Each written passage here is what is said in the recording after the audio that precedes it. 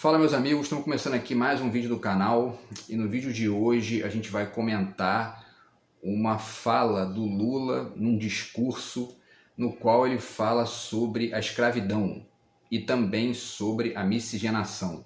E aí um dos filhotes do Bolsonaro, o Flávio Bolsonaro, fez um tweet comentando essa fala do Lula e, para variar, né, falou bobagem.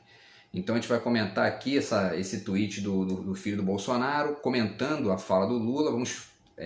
Eu vou narrar aqui um pouco a fala, de um trecho da fala do Lula também. E aí vamos fazer alguns comentários aqui que eu acho importantes sobre essa questão, sobre essas duas questões que o Lula levanta na fala dele, né? A questão da escravidão e a questão da miscigenação, tá? Então, para começar, vamos começar pelo final, né? Ou seja, pelo comentário do Flávio Bolsonaro sobre essa fala do Lula. Ele diz o seguinte, abre aspas, só nesta semana Lula já romantizou a escravidão, guardem isso, né? Ele diz que romantizou a escravidão e falou da obesidade de um ministro em público, no caso uma piada que o Lula fez, uma piada, né, bacana ali, sem nenhum tipo de sentido pejorativo. Vocês vão ver na fala que eu vou narrar aqui, com o Flávio Dino, né? E aí o Flávio Bolsonaro continua, né, dizendo, então, só nessa semana Lula já romantizou a escravidão e falou da obesidade de um ministro em público. Onde estão as notas de repúdio? O pessoal deve estar cansado de tanto passar pano. A certeza é uma só, calado é um poeta, falando é um palhaço.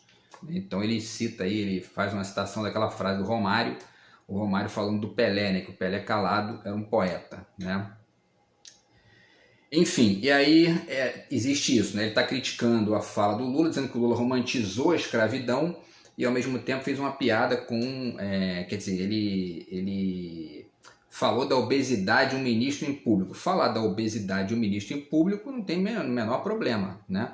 Você não pode ofender a pessoa, né? Então, enfim. E a fala do Lula, o trecho no qual ele fala sobre a obesidade do Flávio Dino, é brincando, ele dizendo que o Flávio Dino tinha que, né, dar uma pedalada para poder emagrecer um pouco, porque ele tinha acabado de dizer que a obesidade era uma doença, né?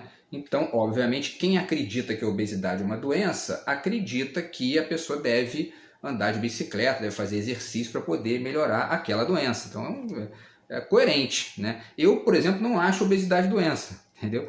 Então, eu não vou ficar dizendo que o Flávio Dino tem que andar de bicicleta, ou tem que correr na esteira, enfim, né? É uma questão de coerência, entendeu? Então, a fala do Lula está coerente, não tem nenhum tipo de problema na fala dele, né? E aí vamos passar para a questão aqui que é a mais importante no vídeo nosso aqui de hoje, tá? Que tem a ver com a questão do romantizar a escravidão. Vou citar a frase do Lula para vocês aqui e a gente aí vai comentando, tá? O Lula diz o seguinte, abre aspas, depois de exterminar com milhões de índios, resolveram vender a ideia que era preciso fazer a escravidão vir para o Brasil porque os indígenas eram preguiçosos e não gostavam de trabalhar. E se eles não gostavam de trabalhar e não tinha brancos para trabalhar, porque os que vinham da Europa não queriam trabalhar, então resolveram contar a história de que os índios eram preguiçosos e que, portanto, era preciso trazer o povo negro da África para produzir nesse país. Olha, toda a desgraça que isso causou ao país, ou seja, a escravidão, né, causou uma coisa boa, que foi a mistura, a miscigenação da mistura entre indígenas, negros e europeus, que permitiu que nascesse essa gente bonita aqui. Aí ele cita várias pessoas, porque tinha vários indígenas ali na plateia também, pessoas negras, e ele diz, né, que permitiu que nascesse essa gente bonita aqui, que gosta de música, que gosta de dança, que gosta de festa, que gosta de respeito, mas que gosta de trabalhar para sustentar a sua família. Então vamos fazer alguns comentários aqui, né, porque o Lula fala basicamente de três coisas aqui. Ele fala da escravidão, ele fala dos indígenas, né, que eram taxados de preguiçosos, e ele fala também sobre a miscigenação. Então vamos falar sobre esses três pontos aqui.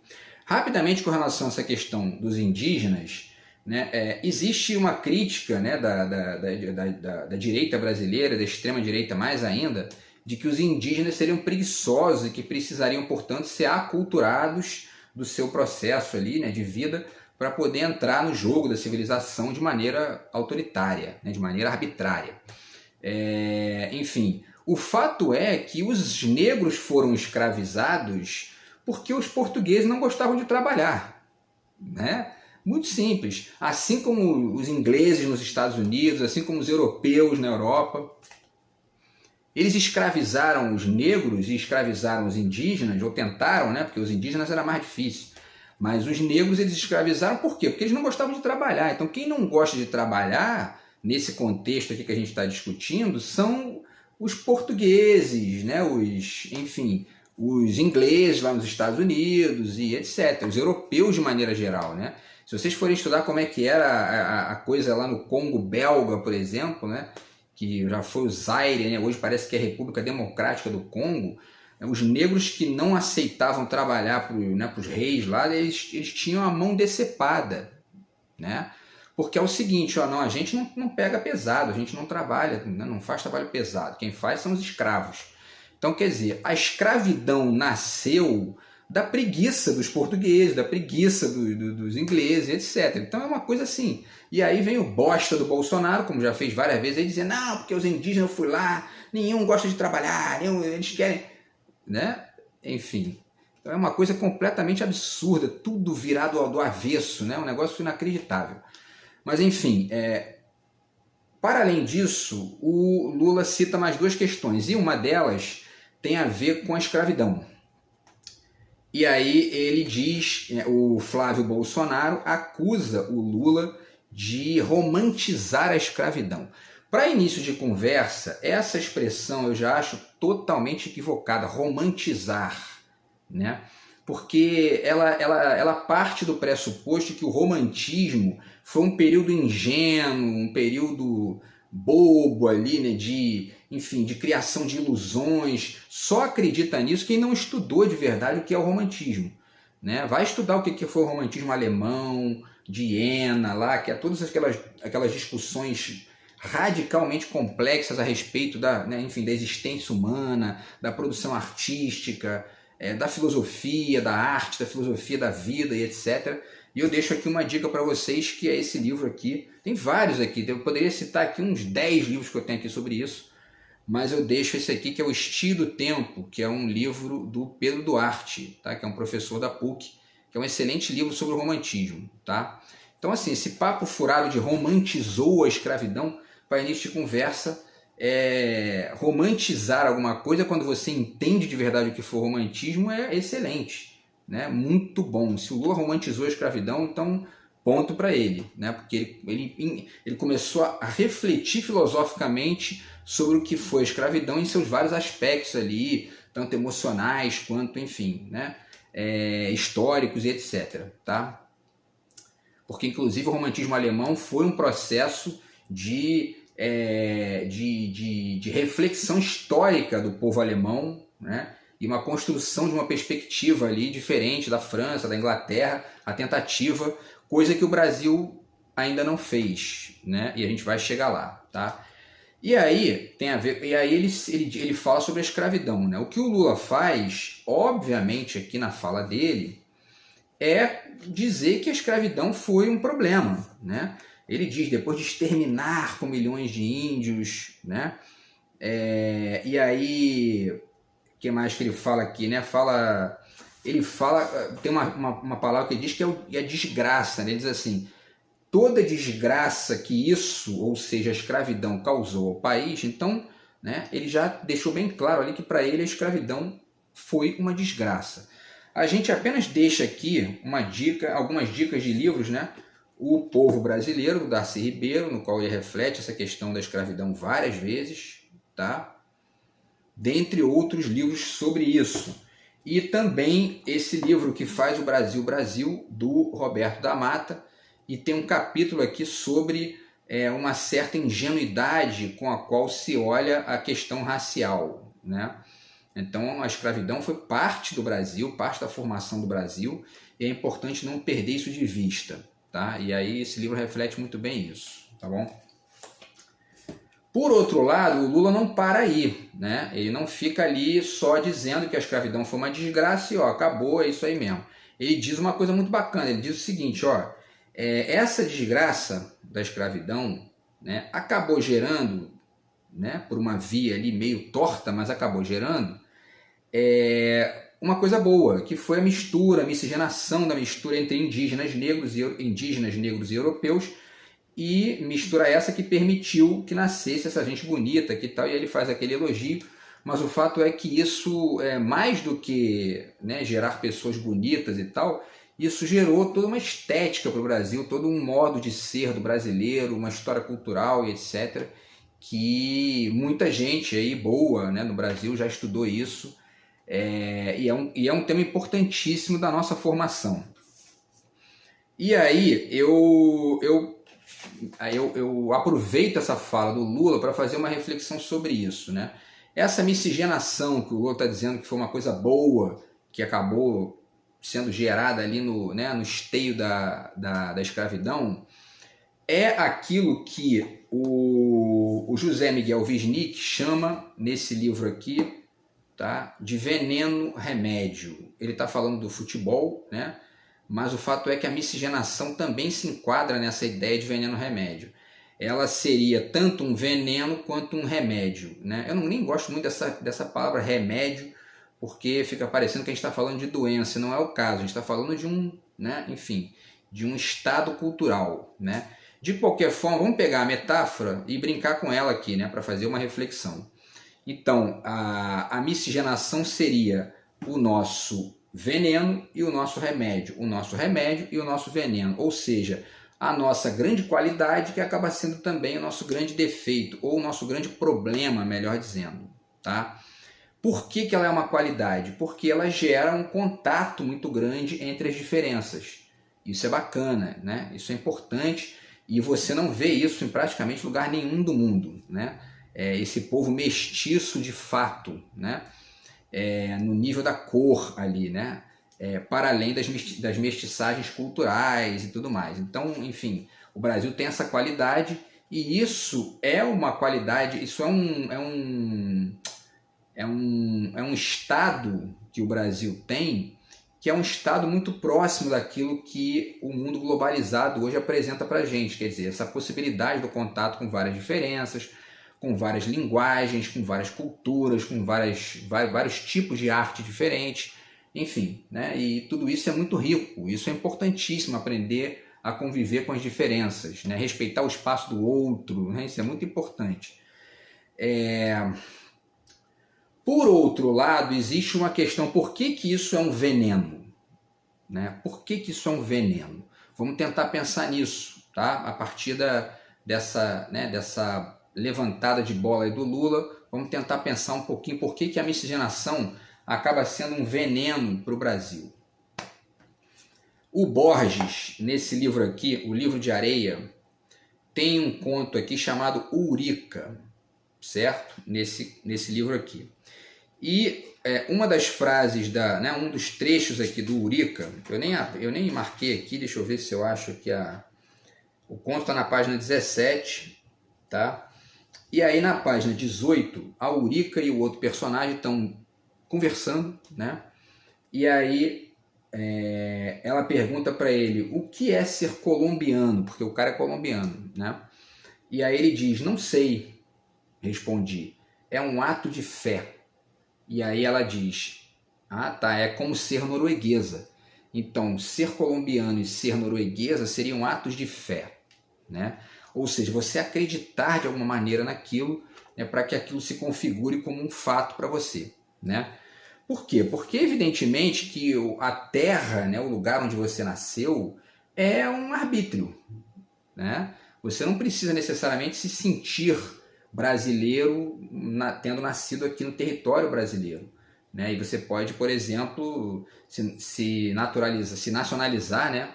Pedir ali a mudança de nacionalidade e, enfim, virar, né, italiano, ou enfim, tem muita gente que tem dupla nacionalidade.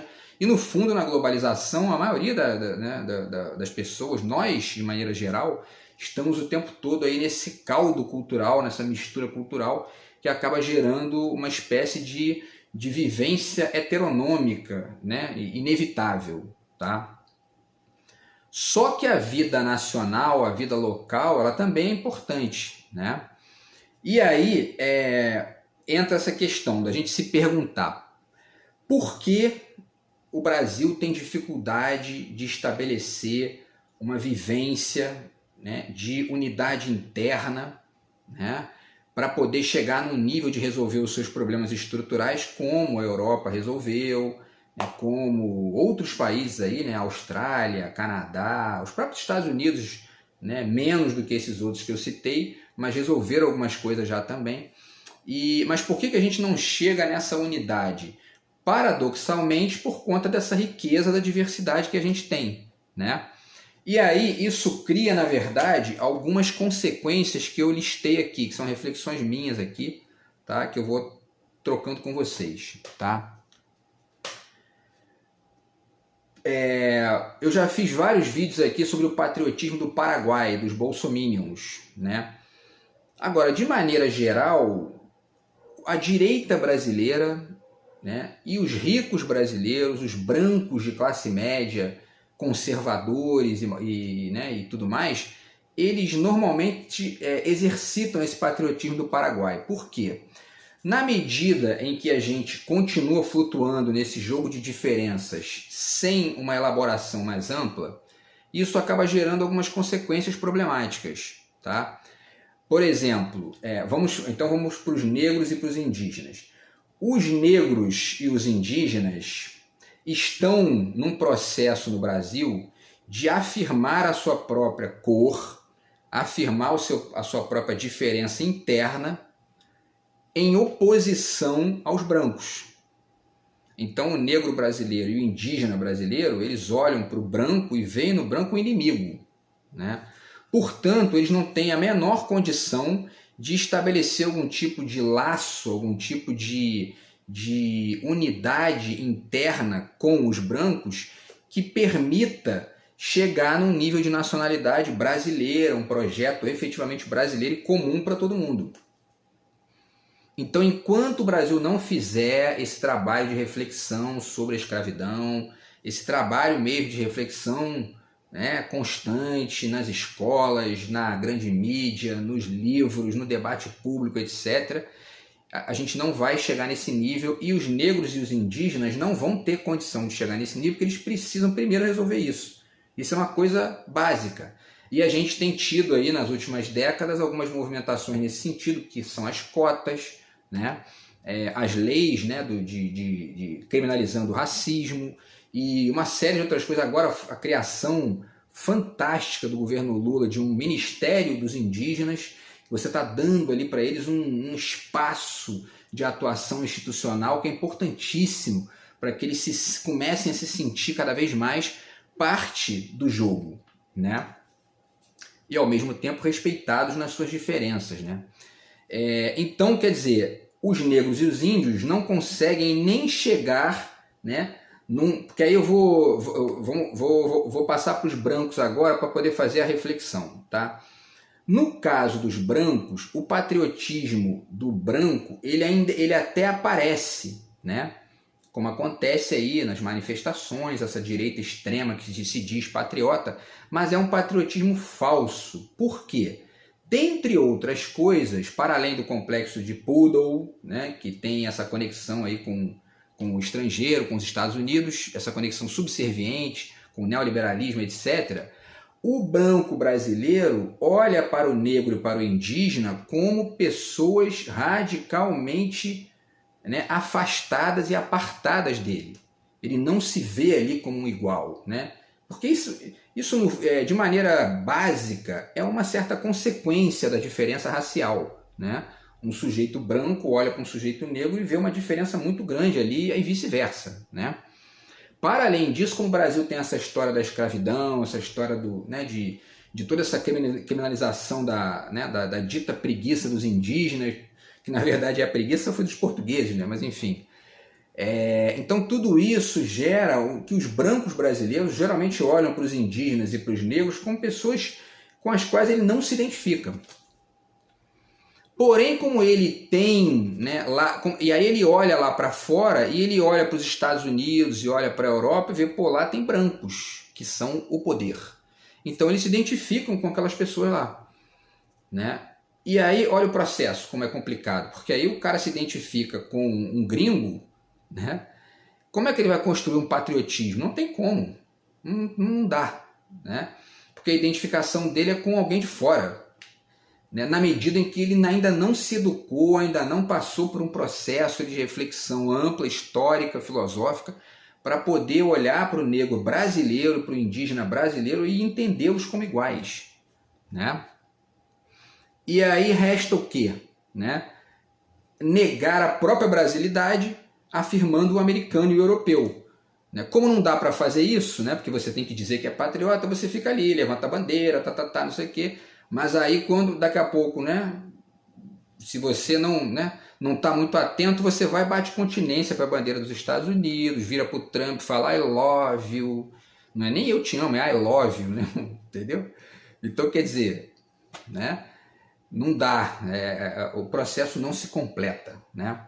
E aí os negros e os indígenas não conseguem nem chegar aí de olhar para os europeus e para os americanos, porque, né, ele olha para os países do poder do mundo e olha e só vê branco. Então, né, ele vai dizer, pô, aqui dentro eu não me identifico, lá fora também não, e agora? Como é que eu faço?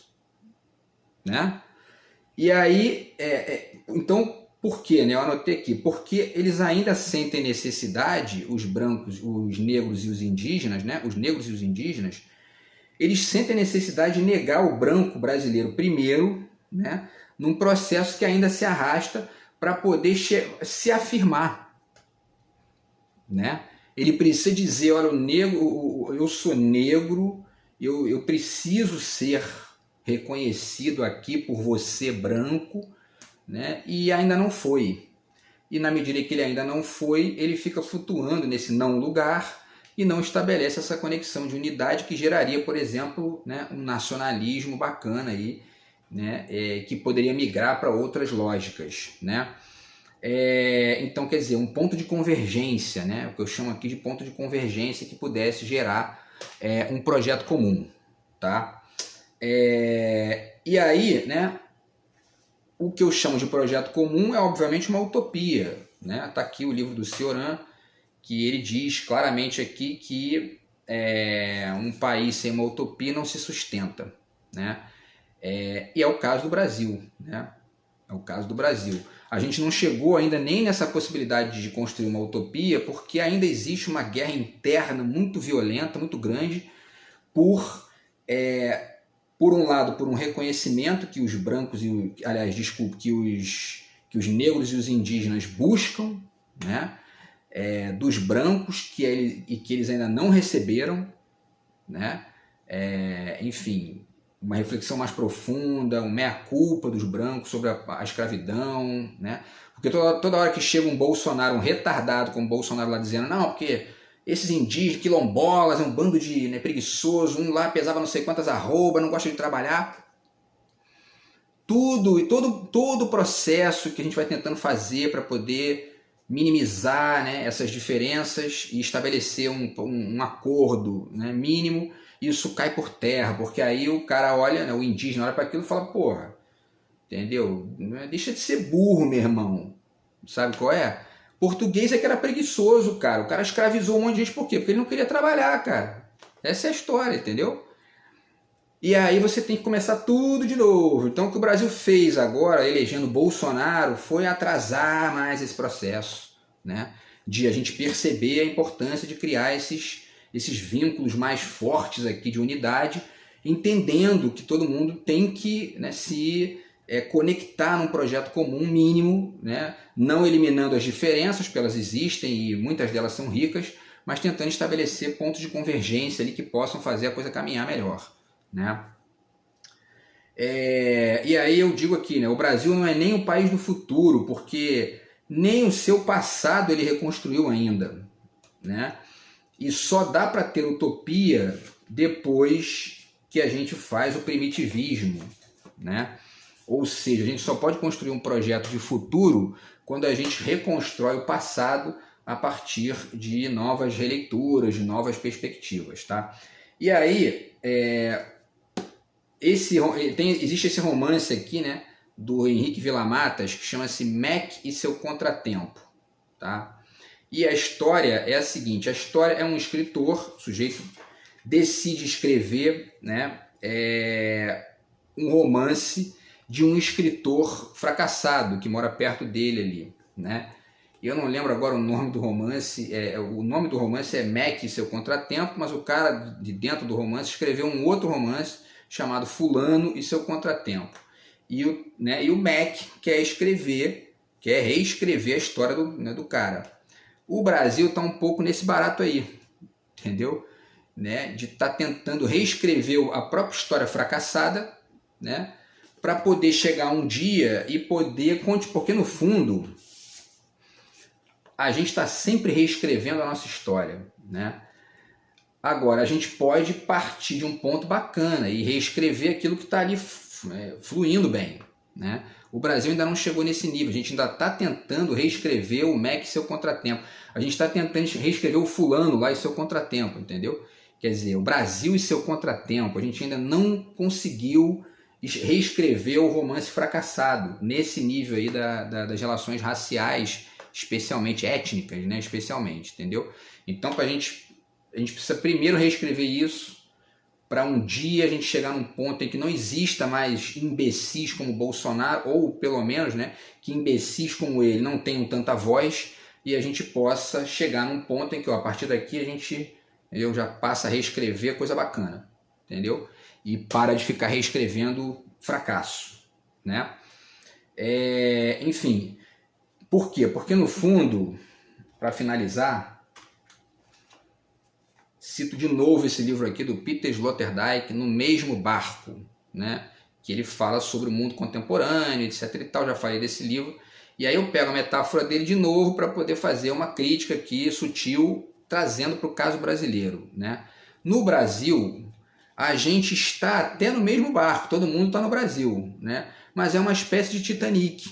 O Brasil é uma espécie de Titanic. Tipo assim, né? Só existe bote salva-vida para os ricos, tá? Os pobres, cada vez que afunda o navio, cada vez que acontece um acidente, eles morrem afogados, né? E existem aqueles retardados que ficam tocando, né, ali trombone, ou enfim, tocando violino enquanto o navio está afundando, que são quem? Os bolsomínios, né?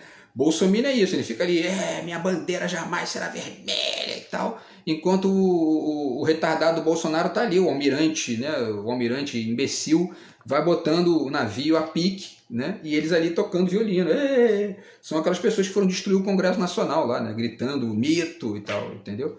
Então o Brasil é um grande Titanic, né? No fundo, todos os barcos têm essas diferenças, né? Agora, existem certos barcos que a gente percebe que tem bote salva-vida para todo mundo, tem médico para todo mundo, né? Você vai no barco lá na Inglaterra, por exemplo, tem médico para todo mundo, na Finlândia, entendeu? A gente aqui ainda está no Titanic. A gente tem que superar isso aí para poder, né, fazer com que a miscigenação funcione a nosso favor e não contra nós, certo? E é isso, tá, pessoal? Então, a discussão do vídeo de hoje é essa, né? O Lula não romantizou no sentido pejorativo aí a escravidão porcaria nenhuma, isso é mais uma bosta que o filho do Bolsonaro escreveu lá, né? E é interessante a gente pensar nessa questão aí que ele fala, que o Lula levanta ali, que é muito bacana, sobre miscigenação, para poder ir ampliando as reflexões aqui sobre o Brasil, beleza? Espero ter contribuído um pouco aí com isso, tá bom? A gente se fala no próximo vídeo, abraço e fui!